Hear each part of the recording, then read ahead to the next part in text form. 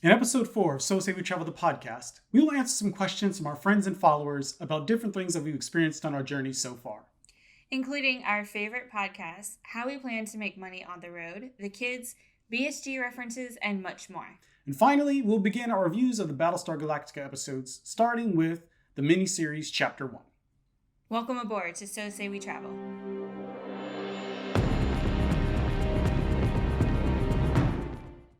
Hi, I'm Sean. Hi, I'm Charlie. And we're So Say We Travel. And this will be our 4th podcast episode. And really the goal, again, for these podcasts is to share our experiences. And to me, your experience is interchangeable with knowledge that we've had so far with our transitioning from our sticks and bricks to life full-time on the road. We hope that through our experiences, people can learn something. And we really, really want to hear about your experiences as well. So please reach out to us, connect, and share experience with us. So since our last episode, where are we at now with our transition? I believe we've done a lot. I feel like we've done a lot in a very short amount of time. It's been 2 weeks. We've moved a lot since we've been together, but this one I feel like is the most productive. Yeah, We're really ahead of schedule, so it's nice not waiting till the last minute to do a lot of the stuff. Definitely. You learn lessons over time. Yeah. I think the first time we moved together, we went from Killeen to Austin, and we moved a house and a Mustang. Yeah. And a Neon. Yeah. 26-foot trailer. It was a process. Yeah. And then we went from Austin to Round Rock, and then Round Rock to Georgetown, and Georgetown to Jarrell. Yeah. And every single time it seemed it came down to the last minute. We were like trying to throw stuff in boxes. Well, it's hard. I mean, when you have all your stuff, you want to continue using that stuff. And so it's really hard to kind of pack it all up, right before you're moving. But this time we're not using the stuff anymore, so we can toss it and get rid of it. Yes. And I think that's the big difference in making it a lot easier this time around. Definitely having an end goal in mind and knowing that we were going to be in a much smaller space, moving into the RV, getting rid of all of the trash. We didn't move anything we're not going to need. Right. So once we did the purge, then we went what's going into storage? I've already started moving stuff into the storage unit. So literally it's just refined the process so much. And then using the totes, right? Right. Being able to categorize and organize and pack stuff away nice and tight, as opposed to cardboard boxes and packing and taping it, just so much smoother. So some pro tips for you, and totes. We did a little bit over time, right? A little bit over time. We didn't try to do it all in 1 week. Big deal happened though this week. Yeah. So yesterday our photographer came. Well, not our photographer, our realtor's photographer. Yes. But she came and photographed the entire house to get it ready for the listing, which the listing will go live in probably about 4 days. So that's pretty exciting. It was really easy because we put all of the stuff that we're still keeping in totes.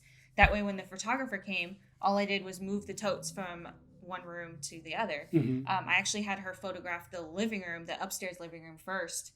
That way she had that picture, and then I took all of the totes out of the bedrooms and put them in the living room. That way she could just go from the rooms, photograph them. The only thing that's left in the bedrooms is our beds.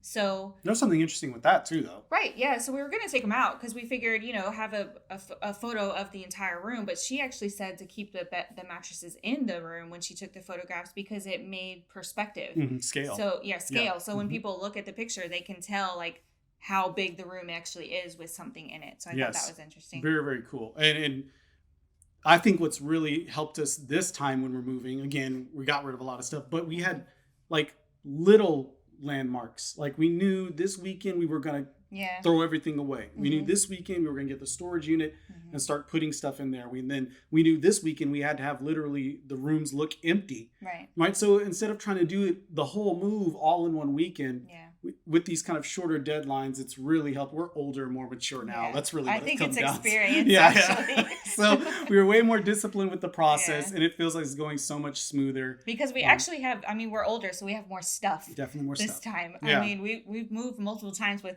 a lot less. Yes. And it always felt more hectic. It did. Yeah. But yeah, so it's going really, really smoothly. It is. Feel good about the whole process. We list next week, and keeping our fingers crossed that things will go the way that we want them to go. So it's just minor projects right now. We need to do some touch-up painting and cleaning the windows and stuff.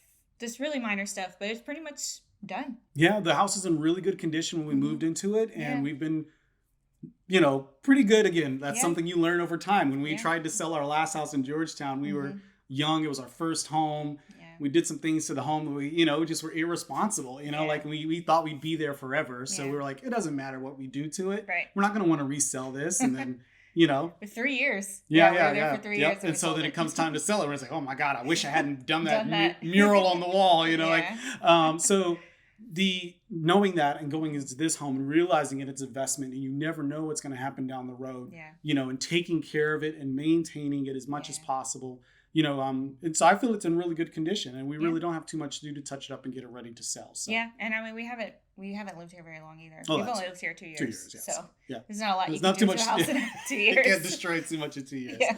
That's hilarious. So earlier in the week, we had asked for some feedback. We've got a lot of new followers, a lot of new people joining our community. We're building some really cool connections with a lot of people out there doing the same exact thing.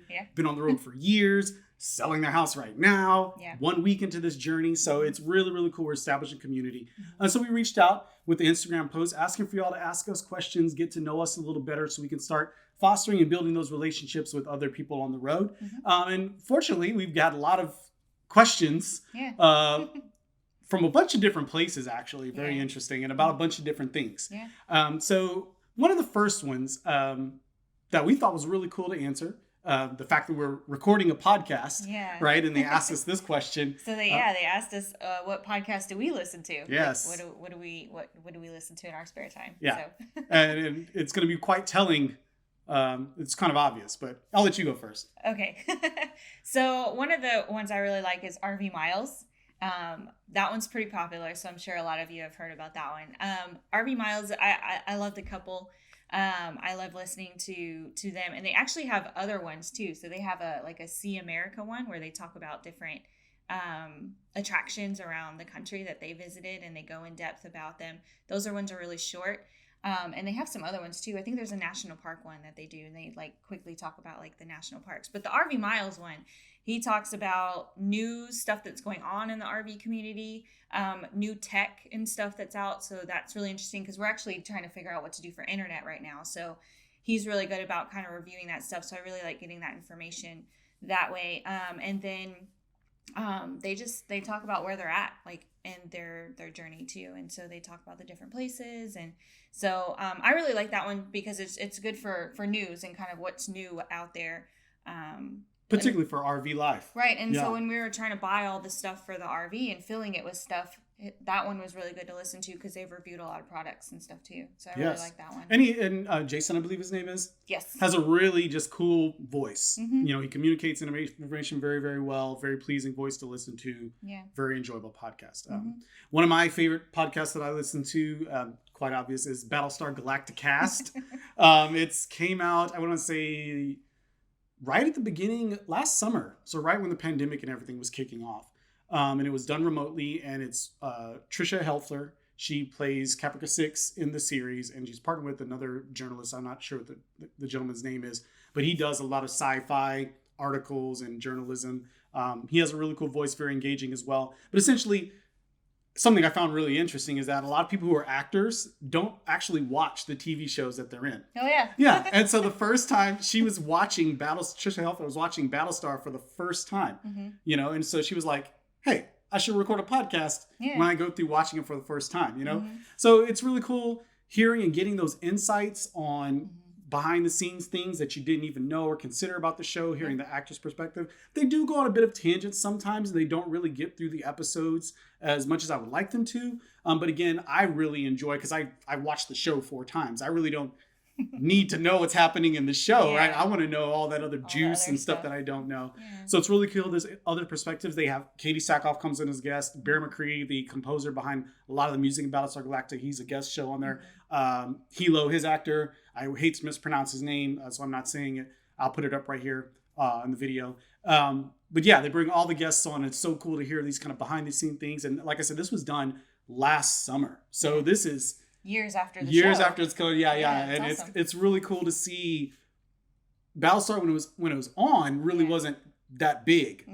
And then kind of over time it becomes this Yeah. pop culture phenomenon, Yeah. and it's really cool to see people appreciating it for what it is Mhm. now. But speaking of pop culture podcasts, you've got another one. Yes, so I listen to Office Ladies, and it's the same. They actually didn't watch the show themselves, so they kind of rewatch the episodes and talk about it. So it's that same kind of dynamic. Office Ladies, what is that for? The Office, right? So it's oh my gosh, I'm gonna forget their names because I'm on the spot and I can't ever remember things on the spot. Pam. But yeah, so it's the actress Pam and the actress who plays Angela, yes. Mhm. So they're best friends, and they've been best friends since the show, and they're still best friends like even after. So they're doing the show together. But they do each episode, so they go through each episode and talk about each episode and behind the scenes stuff. That's really cool. And again, it was after, they're currently recording those shows, so this is after the show's been off the air. So it's really nice, especially when you love a show so much, but you get tired of rewatching it, so getting the different aspects of the show is really nice. Definitely. And one of my favorite things that I learned listening to that podcast is one of the behind the scenes things. Pam, in the very last episode, she reads a note that was from Jim, right? He gives it to her years later after the teapot, right? So it was a note that was in the teapot. But when she read the note, and it was actually a note from the director. So the director wrote like a goodbye note, because this was on the very last episode, and he wrote like how much he enjoyed working with her and stuff like that. So she got really emotional reading the note. Well, so it was real. Like so in the episode when they filmed the teapot, right, he had already written the note. No. Oh, okay. No. This was after. So gotcha. When that very last episode when Jim gives her the note, that was in the teapot. Gotcha. Yes, it was actually a note that was written from the director. And so it got her really emotional, and she was crying. So that was real emotion when you were watching it. In the actual show. In the show. Wow. Yes. That's really cool. Yeah. Very and cool. you wouldn't know that unless you listen to hearing her perspective from of it. Definitely. So Battlestar Galactica, Office Ladies, and RV Miles. So that kind of checks a lot of the boxes as far as things that we really enjoy, our guilty pleasures, if you will, for podcasting. So another question that I've heard on multiple occasions, but I actually got a text from a friend yesterday. What, you're actually selling your house?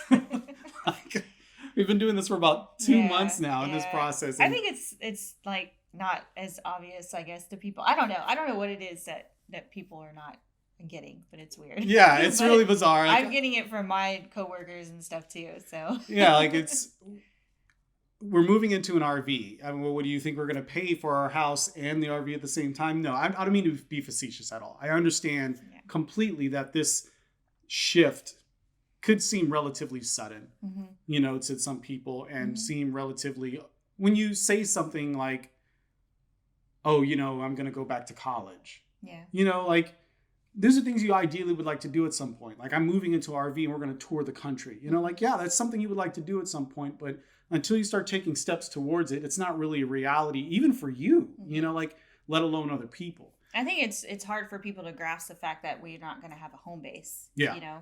I mean, we will have a home base, but it's hard for people to realize that we're actually not going to be here anymore. We're going to be moving around constantly. So yes, we are indeed selling our house. And we talked about this in our last episode with minimalism. Yeah. I mean, even if we weren't moving into the RV, this whole experience has opened up our eyes to not being tied to stuff and things. So even if we weren't moving into the RV, we would definitely be reevaluating where we're investing our money in, and at the least we downsize to a smaller home, right? We've just decided that we're going to exchange paying for stuff and things and invest more in experiences and memories with our family.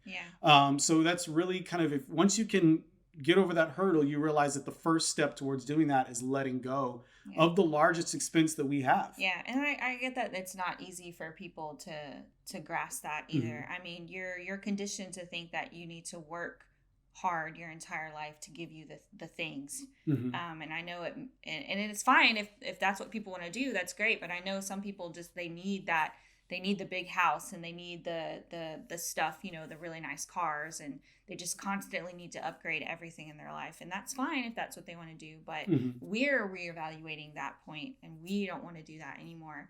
We already got to that point. It's not where we want to be. And so we are selling the house, and we are moving into an RV, and we are going to be moving around the country. Definitely. It's comfort versus freedom, you know, comfort versus freedom, and not freedom like you're a slave to your home. Freedom of mobility, right? So if we don't like the weather in one place, we just move. We have the freedom to literally get in the car, hook up the RV, and go somewhere where we prefer the weather. If we find that, you know, we don't like a certain community for whatever reason, right? We have the freedom of mobility to move. We have freedom with our finances, right? When we're not tied to the mortgage, you know, like, so it's really just comfort versus freedom. Some people, it's a balance, and it's totally up to you. Which one is more important to you? There's no wrong answer. There is no wrong answer. But for us, I'm okay with being uncomfortable. I am okay with being uncomfortable. I've raised to be, you know, uncomfortable. Gain experiences instead of the comfort. Definitely. And we don't have to, I mean, we're not going to be that uncomfortable. No, that's absolutely you know? right. Like, we do have a really nice travel trailer. I mean, we actually just bought a mattress today. We put that in, so we'll see if that's more comfortable. But we have a bedroom, we have a bathroom, we have a kitchen. Like, we have all of the nice comforts that we have in our home. They're just a little bit smaller and condensed. And that's really, you're absolutely right. We have all the things we need to survive comfortably. And that's it.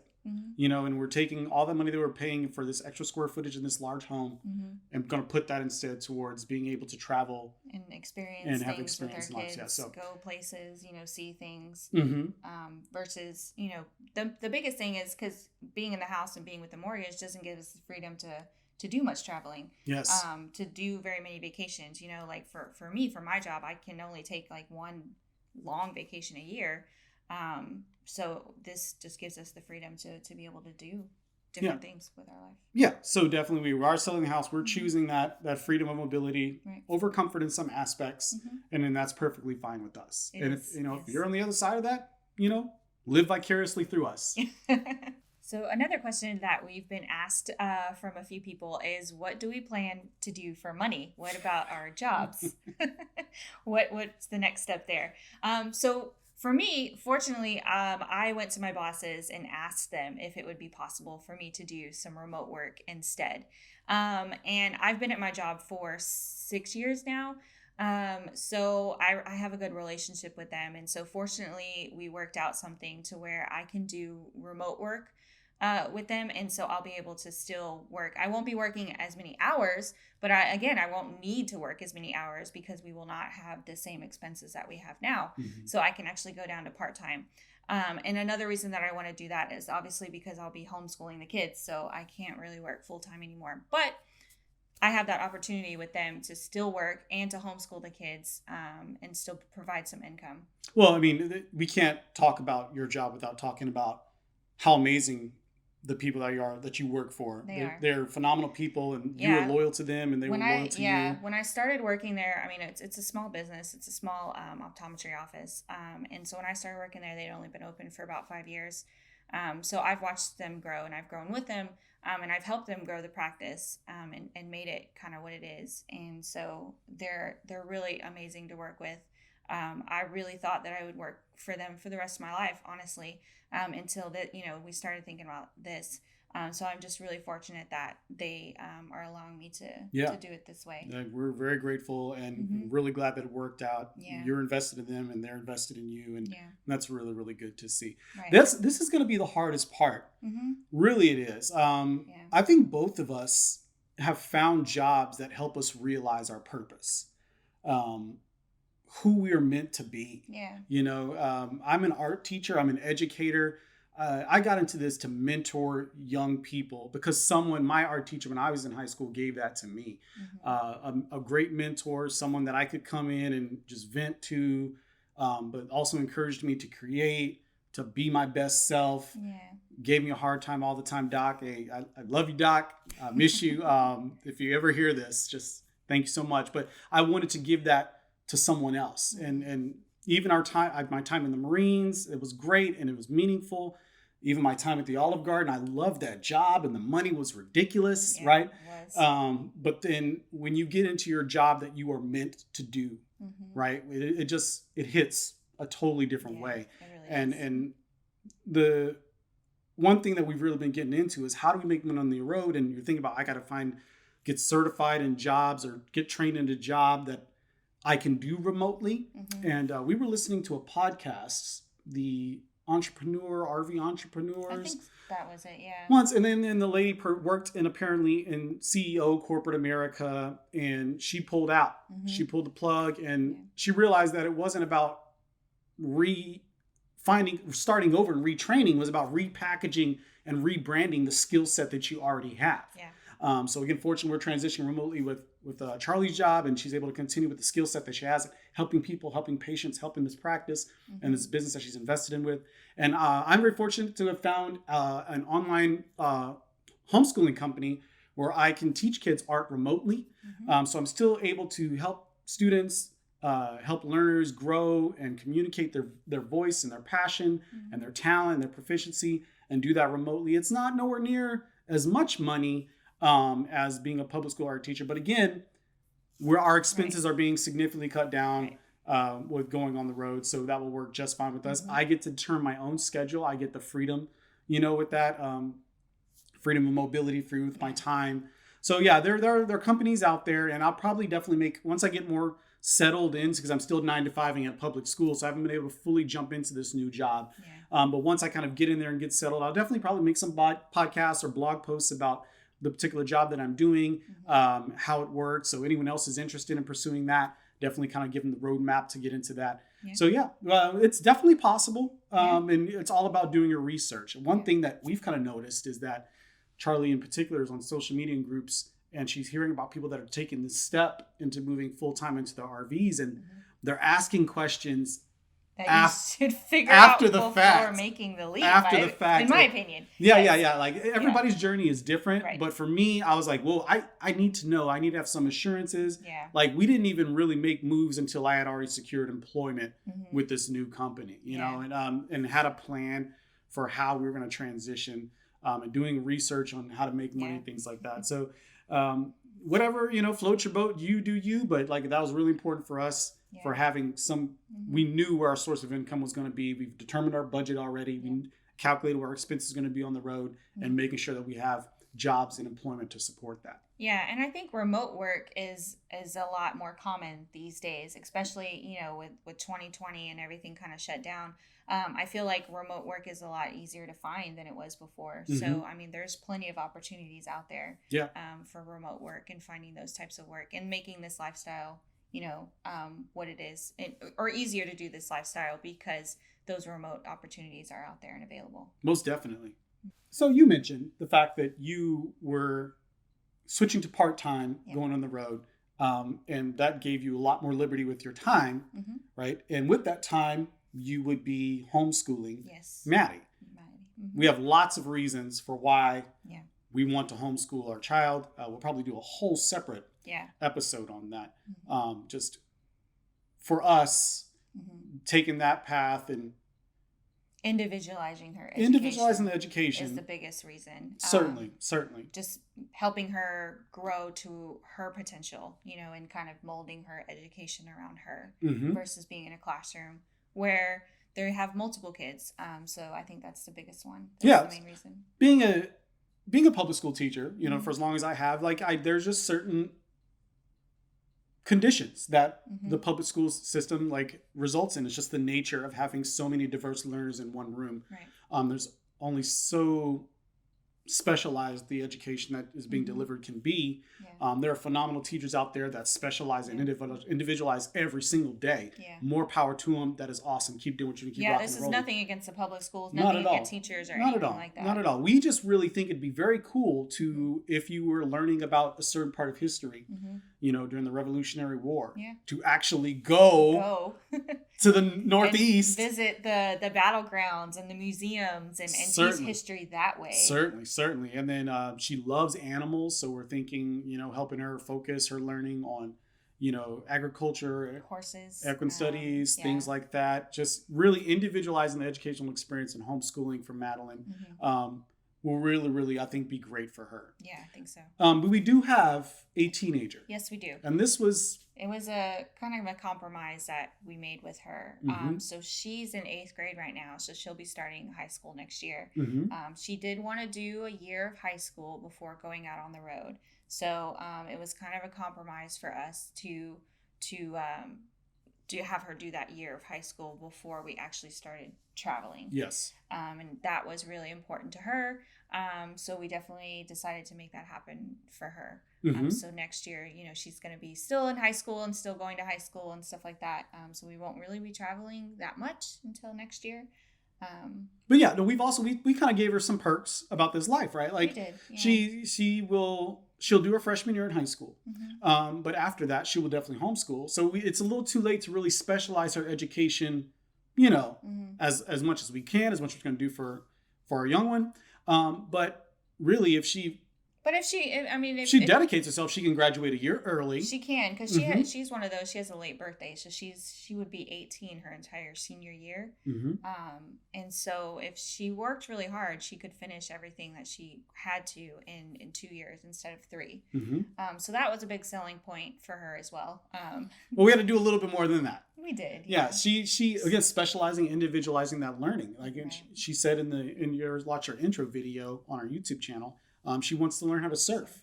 We're in Central Texas. Yes. There's no water anywhere. It takes 4 hours, I think, to get to the coast. Not hauling a trailer. Yeah.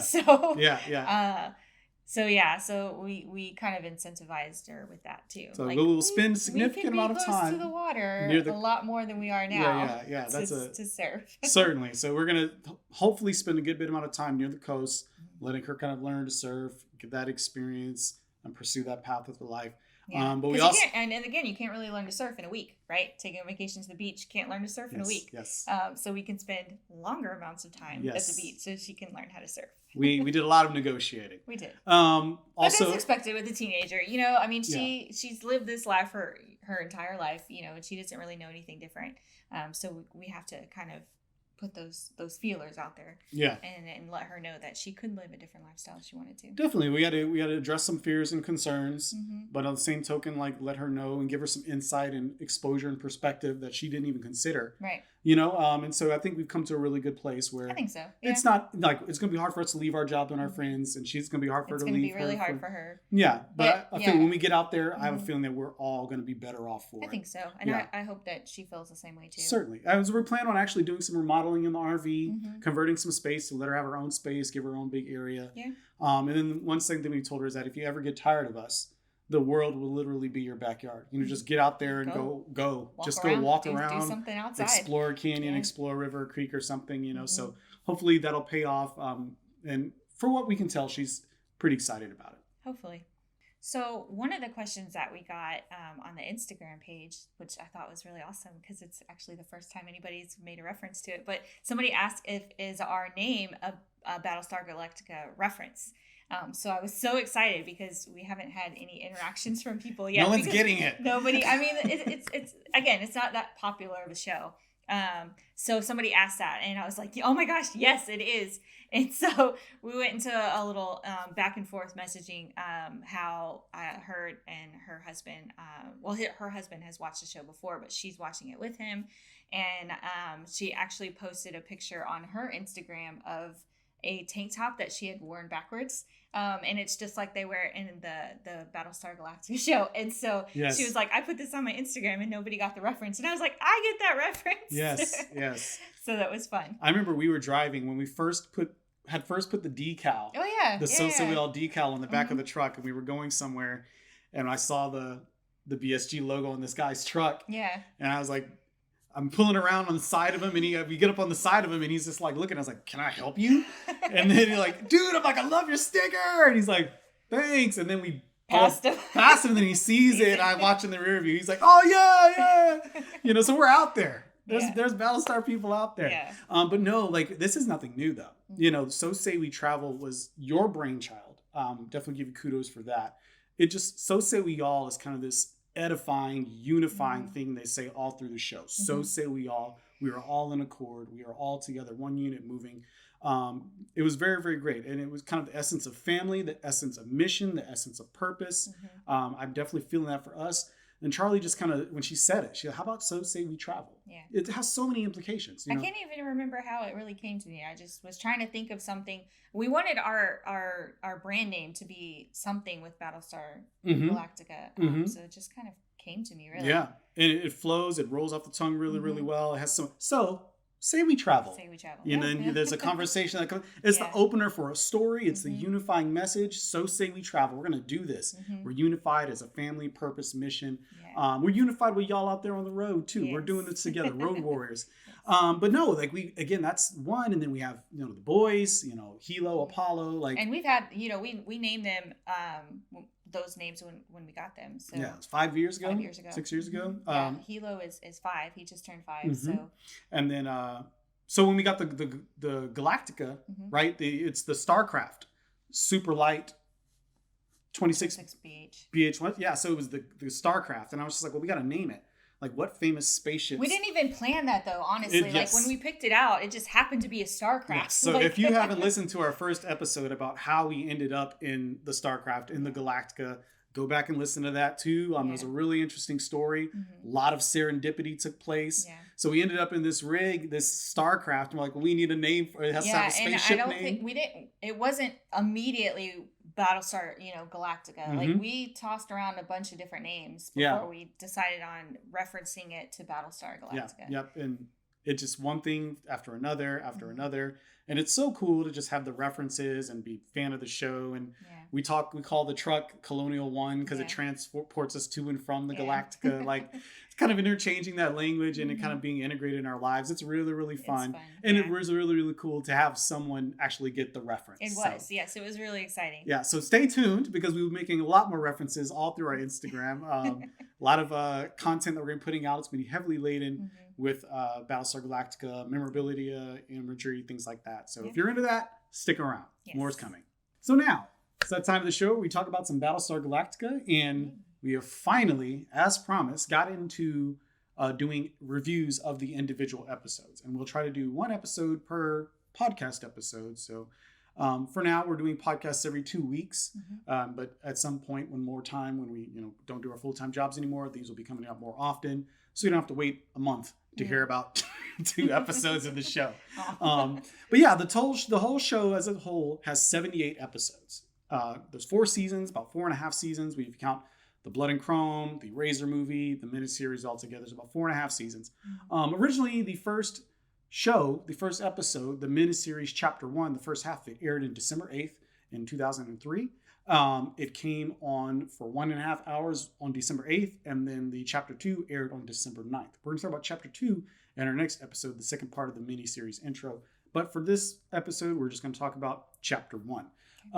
My overall first impressions of the kind of whole first miniseries, rewatching it, mind you, we're rewatching this. It was great. It introduced so much story. It introduced so many characters. And it just got the ball rolling. It set the standard. It really pushed the boundaries in the first episode to let you know what was coming. And then it didn't back down at all as it kept going. I have some critiques, but I'll save those to the end. But what are your kind of general impressions of the first episode? So I've only actually watched the chapter 1 and chapter 2 like maybe one other time, because when we first started watching the show, you didn't want to watch that. Yes, it was so long. You skipped to like episode 1. Yes. So it actually answered a lot of questions that I had. So it's a backstory of how they get to the point where they are in episode 1. So. So much content. Yeah, There's a lot of content in the miniseries. It's a lot. So even because we rewatched it so that we could make this podcast. Even then, there was a lot of stuff that I didn't remember because I've actually only watched it like one other time. I'm sorry. No, it's fine. Yes. It's like the tutorial for a video game. I thought you played before. You want to skip through the tutorial. Yeah, but I actually like that though. I mean, I liked going and watching episode 1 and stuff with you and learning about the show, because then when I watched this, it was again, it just answered a lot of questions about, how they got to the point that they are Mm-hmm. in episode 1. So it introduces a lot of characters. It Mm-hmm. sets the tone for the story. It gives you a little bit of dialogue in the beginning where you realize kind of what happened.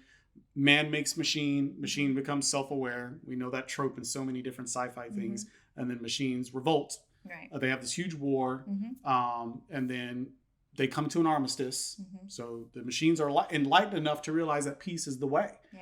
And so they go off to their own place. Mm-hmm. They actually build this ship, this station out in space, to where every year, it's like a piece, to kind of maintain the diplomatic relationship. Yes. Every year, the humans would send someone to the station, but Cylons never showed up at all. For over 40 years. Over 40 years. It says over 40 years they haven't heard from the Cylons. Mm-hmm. And then all of a sudden, one time the guy goes there, and he's actually falling asleep because no one ever comes. Like he's just setting up. He knows that he's only going to be there for a little while. Nobody's going to come, and then he's going to leave. Yep. So he's actually like leaning back, falling asleep. And then the doors open, and then these the chrome domes come through, and then you're first introduced to the blonde woman, right? This is Trisha Helfer's character. Runs from the entire duration of the show. Yeah. And she intros, and it's really, really bizarre kind of moment happens. Funny moment there, though, I heard in the Battlestar Galactica cast, she says that the gentleman that was the actor that played the human there had all the prosthetics and everything on him to make him look old. Yeah, and so when they did the kiss scene, right, his lips sometimes would come off. Oh gosh. Yeah. So you watched it, like, having known that, you're just like, how many times did they have to do the take, like, where his face didn't come off? That's funny. Yeah. So the Cylons blow up the entire station.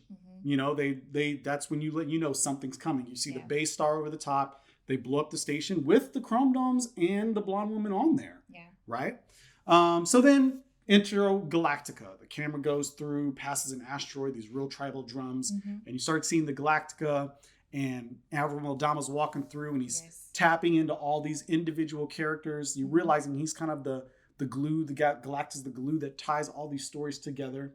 And one thing that I noticed was a military movie or show sets itself up so well for an ensemble cast, because you're all kind of have this one hive brain, right? Because you're in the military. You have a general understanding of way things go. So you can assume certain things for so many characters. It's a great foundation. Yeah. But they're all individual people with individual jobs, and that gives you individual stories, right? So I thought that was really cool watching it this time to realize that the military setting makes this ensemble cast work so well. Yeah. So you see Starbuck, you see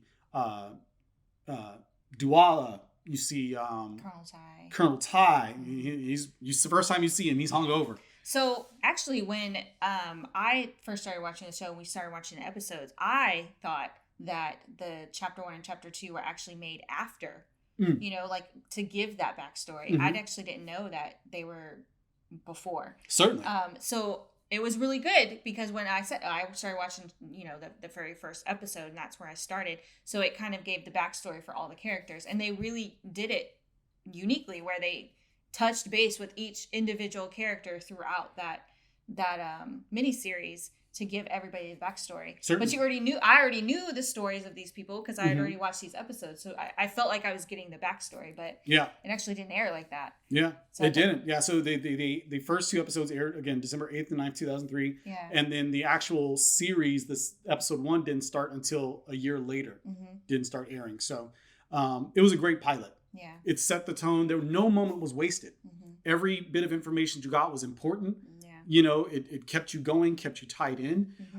So Battlestar Galactica is being decommissioned. Right. It's a relic of an old war. It was built early in the Cylon War, so more than 50 years ago. Yeah. It wasn't networked computers because that's how the Cylons were beating them back in the day. Yeah. But since the Cylons had been around, they had made new machines, and those were networked, but that's a little foreshadowing there. Yeah.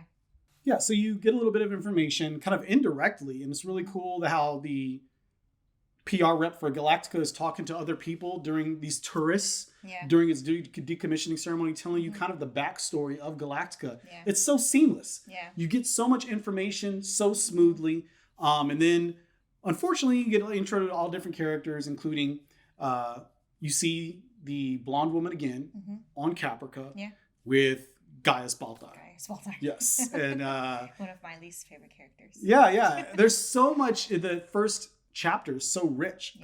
Something I hadn't even noticed before in his dialogue where he's being interviewed on TV because he's this famous, huge personality. Yeah. He has apparently controversial views towards computer technology advancement. You're like, well, what do you mean? What? Because Gaius' character after the fact, but you're like, what controversial views did he have in the beginning? And he's like, he thinks it's silly that the Galactica isn't networked and that it's kind of a Stone Age relic because he's saying those people are just living in fear of the Cylons in that original war. Yeah. Little does he know. So the story advances. You get introduced to more characters. You get introduced to Apollo, and he shows up on Galactica to participate in the ceremony, do the flyover. Yeah. You realize he's been actively avoiding the Galactica. Yeah. It was his first time on the Galactica. Yeah. He has to land by hand because all the other ones are upgraded and it's automated. And so he was asking, he was like, why am I doing a hands-on approach? I had to be hands-on the entire time. Yeah. And that's when he finds out, like, nothing is automatic on the Galactica. Yeah, it's all old school. Yeah. And Chief tells him that's by order of your dad. He's like, well, I bet it is. He's just like you tell he's all upset. Something's going on with him and Adama, and they establish that tension right from the beginning, and it doesn't stop. You meet Laura Roslin. Yeah. You get a little bit of news from, but her secret is revealed right at the beginning of the show. You realize that she's carrying some weight. Yeah.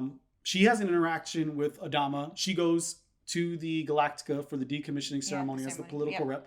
Apparently she is the only political rep that wants to go too. That was another thing. She kind of felt like, oh gosh, I have to go to this thing because nobody else was going to go. Nobody wanted to go. She was the only one that she was kind of forced into it. Because she is 42nd? 42nd yes. in line. We actually referenced that in our least favorite characters too, and I think we were totally off. She's actually 46. I think it was our second podcast episode, and we said that she was 12th in line. And I was like, no, I think it's a little bit further down. And she is 42nd in line in the line of succession. So no one wanted to go to this thing, and they just sent the Secretary of Education to be the rep. Yep. And she has a really interesting controversial moment where Adama, where she's like advocating to get the computers networked on Galactica to help the teachers. And she tries to flex her muscle as Secretary of Education. It would be so much easier if he's like, we could do it this way. Hold the phone. No. This is my ship. No. Not going to fly. And she's like, okay. And it's really interesting to see how that changes later in the episode when all of a sudden her position changes and how she handles Adama completely changes. So they introduce all these characters. They introduce Gaius, and you see the blonde woman again on planet Earth. She's involved with the Cylons somehow. What's going on? And then it happens, right? It starts to happen. Right. Everyone up on the Galactica is planning on winding down. And meanwhile, the Cylons are ramping up, and they nuke colonies. They nuke all the colonies. They nuke Caprica, Pycon, Sagittarian, Gemini. And the way that they were able to do that, the way they were able to get past the defense systems is Gaius Baltar. He's manipulated by the blonde woman. Right. She asked for access to the defense mainframe. I can't remember why. She was working on a project, or said she was working on a project, and so with the defense contractor. So she wanted access, and so he gave her access. So that was how they were able to nuke everything, because she had all the access codes and everything. And then we're off. The colonies are nuked. Along with that goes the president, the cabinet. All of the fleet. I think in the initial attacks they said 1/4, 30 Battlestars. A quarter of the fleet. So 30 Battlestars were instant, just nuked. They totally caught the humans by surprise, and all of a sudden becomes this race for survival. Right.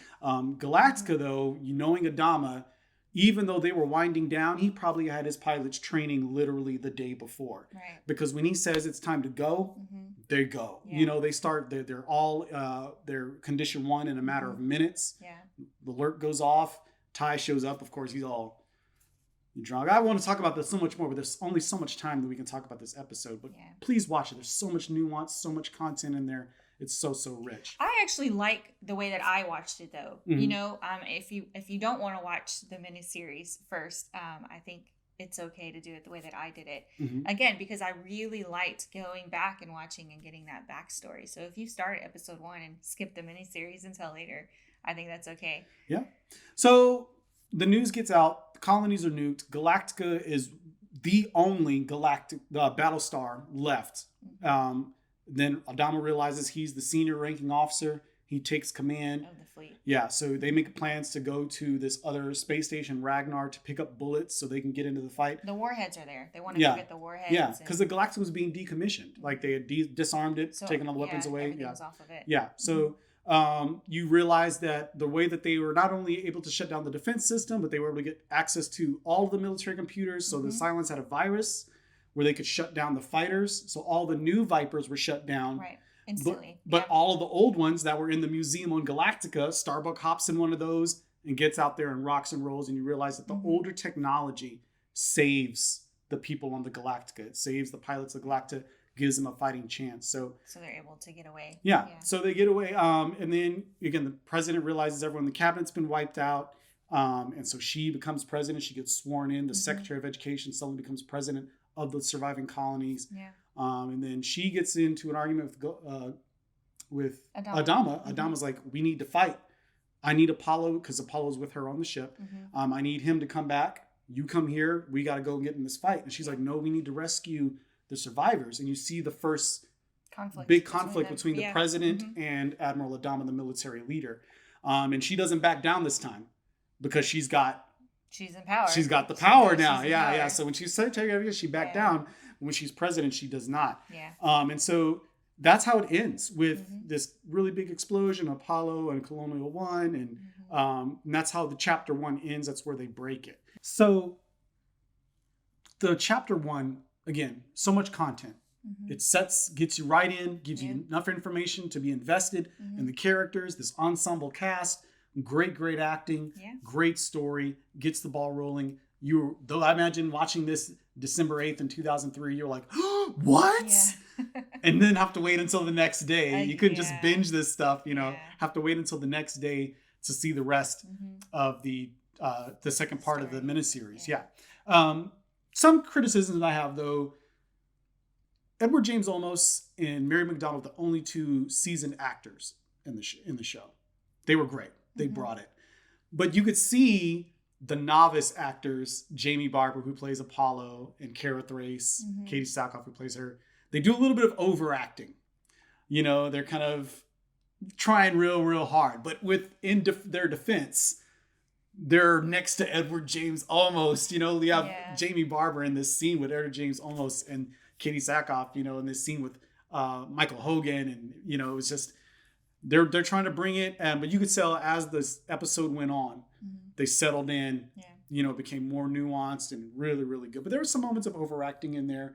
I don't feel it was just right. The first chapter, the first half was just right for me. But other side of the overacting, no complaints whatsoever. How about you? Oh, I don't really have any. No complaints whatsoever. No complaints. I mean, it's good. But again, I mean, I liked the way that I watched it, and going straight into episode 1, because episode 1's pretty intense. It starts off really intense. And so for me, it felt like it was a backstory, of getting the backstory of the characters and stuff like that. But I know that most people are not introduced to it that way. So, it's just kind of for me. Yeah. Well, so like I said, we will continue definitely making these reviews. We're going to next episode, podcast episode, we're going to review the second half of the miniseries, chapter 2. So if you enjoy that at all, definitely tune in next time. Also, we've started cutting. We've got the videos together of our early trips in the Galactica. And we're going to start doing our reaction videos to those. Those will be fun. I was having quite a few laughs just cutting the video. I was like, God, we were such noobs. Yeah. Such noobs in the beginning. We've learned so much in 7 months, and we're going to learn so much more down the road. But it'll be great looking back. So if you're interested at all in hearing about that, please definitely tune in, subscribe, like the video, share with your friends. And thank you so much for joining us today. Hope you had a good time. Thanks for listening. Thanks for watching. We hope you enjoyed the show. If you did, please consider liking the video and subscribing to our video channel and podcast. We have absolutely loved building connections with the RV community and anyone else interested in this lifestyle. So if you'd like to connect with us, please follow us on Instagram and YouTube at So Say We Travel, or visit us at SoSayWeTravel.com. See you down the road.